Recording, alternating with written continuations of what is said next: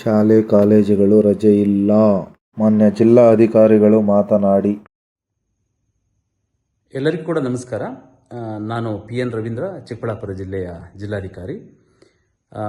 ನಾಳೆಯೂ ಕೂಡ ಶಾಲೆಗೆ ರಜೆ ಅಂತ ಹೇಳಿಬಿಟ್ಟು ಒಂದು ಸುಳ್ಳು ಸುದ್ದಿ ಹಬ್ಬಿದೆ. ಹಾಗಾಗಿ ನಾನು ಎಲ್ಲ ಸಾರ್ವಜನಿಕರಿಗೆ ಈ ಮೂಲಕ ತಿಳಿಯಪಡಿಸುವುದೇನೆಂದರೆ, ನಾಳೆ ಅಂದರೆ ದಿನಾಂಕ 4/12/2024 ಬುಧವಾರ ನಾಳೆ ಎಲ್ಲ ಶಾಲಾ ಕಾಲೇಜುಗಳು ಕಾರ್ಯವನ್ನು ನಿರ್ವಹಿಸ್ತಾ ಇದ್ದಾವೆ. ಕೇವಲ ಸೋಮವಾರ ಮತ್ತು ಮಂಗಳವಾರ 2 ದಿನಗಳಿಗೆ ಮಾತ್ರ ಫೆಂಗಲ್ ಚಂಡಮಾರುತದ ಪರಿಣಾಮದಿಂದಾಗಿ ಮಕ್ಕಳ ಆರೋಗ್ಯದ ಹಿತದೃಷ್ಟಿಯಿಂದ ರಜೆಯನ್ನು ಘೋಷಣೆ ಮಾಡಲಾಗಿತ್ತು.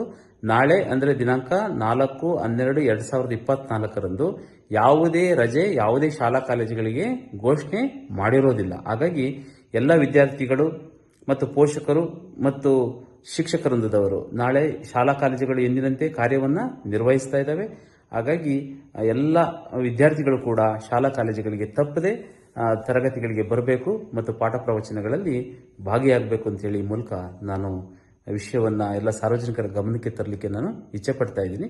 ಹಾಗಾಗಿ ಯಾವುದೇ ರಜೆಯನ್ನು ನಾಳೆ ಘೋಷಣೆ ಮಾಡಿರೋದಿಲ್ಲ ಎಂಬತಕ್ಕಂಥ ವಿಷಯವನ್ನು ಮತ್ತೊಮ್ಮೆ ತಮ್ಮ ಗಮನಕ್ಕೆ ತರಲಿಕ್ಕೆ ನಾನು ಇಚ್ಛೆ ಪಡ್ತಾ ಇದ್ದೀನಿ.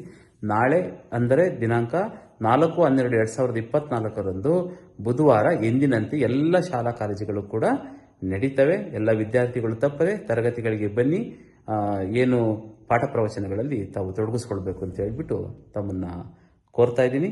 ಎಲ್ರಿಗೂ ಕೂಡ ನಮಸ್ಕಾರ.